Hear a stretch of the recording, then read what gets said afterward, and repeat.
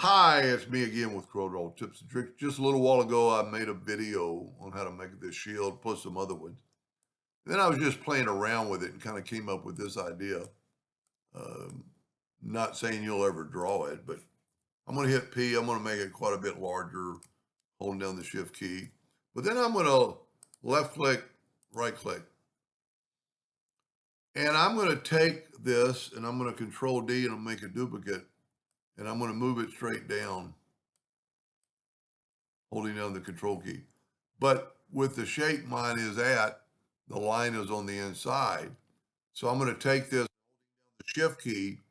I want the line to be on the outside. It'll still conform to that line. Now I can take my virtual segment delete key and I just have that line. And hopefully it'll be on that line, and it is. Now I'm actually going to move it down a little bit more. And then I'm going to Control D and make a duplicate. And I'm going to, you know what, before I do that, I'm going to change it to a line thickness. And then I'm going to convert it to an outline. That's a game changer right there. And maybe I'll show you why. And then we'll put this one here. I'm holding down the control button. Now select both these and let's do that right there. I blended them. Now I've got to go to blend, break the blend. I don't really even have to do that. Now I'm going to group this together, Control G. I'm going to use a different color this time on the Smart Fill tool. Let's use that turquoise. Fill that in. So I've got a little leak. Fill that in, that in, that in, that in, that in, that in, that in. See, I've got a leak between those two because that line probably doesn't reach all the way to the edge, and it doesn't. So, no problem, just grab that line. You know what, we grouped them together, so we have to ungroup. And then grab this line and just holding down the Shift key, make it just a hair longer. It's not going to change the appearance. Now, I wish I had them grouped back together, but I don't. But what I can do is just nudge. That looks cool. Just nudge my colors over. You know what? I don't like nudging twice because that way you forget how far. So, wow, this thing's huge. We'll go 25 inches. If I had it grouped together, I wouldn't have to do this. And this is a pretty cool effect because I'm going to use the attribute eyedropper. Nudge that back. And I'm not happy with my spacing because my top one is thinner, but you can correct that. Now I'm going to get, that's all by itself. I'm going to get the interactive fill tool and I'm going to swipe across and put that turquoise in both ends.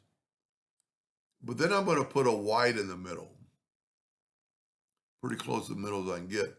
Now I'm going to bring two turquoise close to it, and that's going to make it, and it's not going to look as good as that orange. You know what? Let's go back to the orange, or let's go red. Let's put red there. Or you know what, even black would work. Let's put red there and red here. And see, I'm not exactly in the middle, so you want to really look at it and make sure you're in the middle. So let's get back to that and just kind of put that in the middle. And I think that looks good.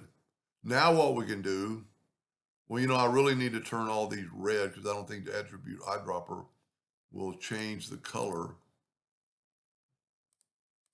No, it does. And that's all it takes. And then once we put a black box around it, and you could do a lot of variations of it. Anyway, hope that gave you an idea or two. Well, I was going to show, let's just do it real quick. If you take a line,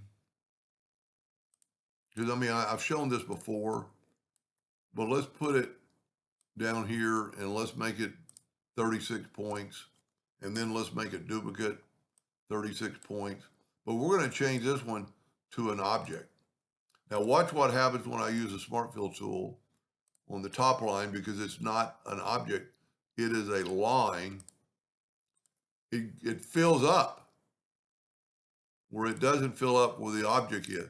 It fills up because if we look at it, this thing under wireframe, that is a hairline. Corel's making it appear to be thicker than it actually is, but the leak is going to go all the way through. So whenever you want to do something like this, turn your, it doesn't matter how many you have, turn your item into an object, and then it'll stop that leak, and you will have a space between them like that. Anyway, I hope that helped a little bit. Thank you for watching.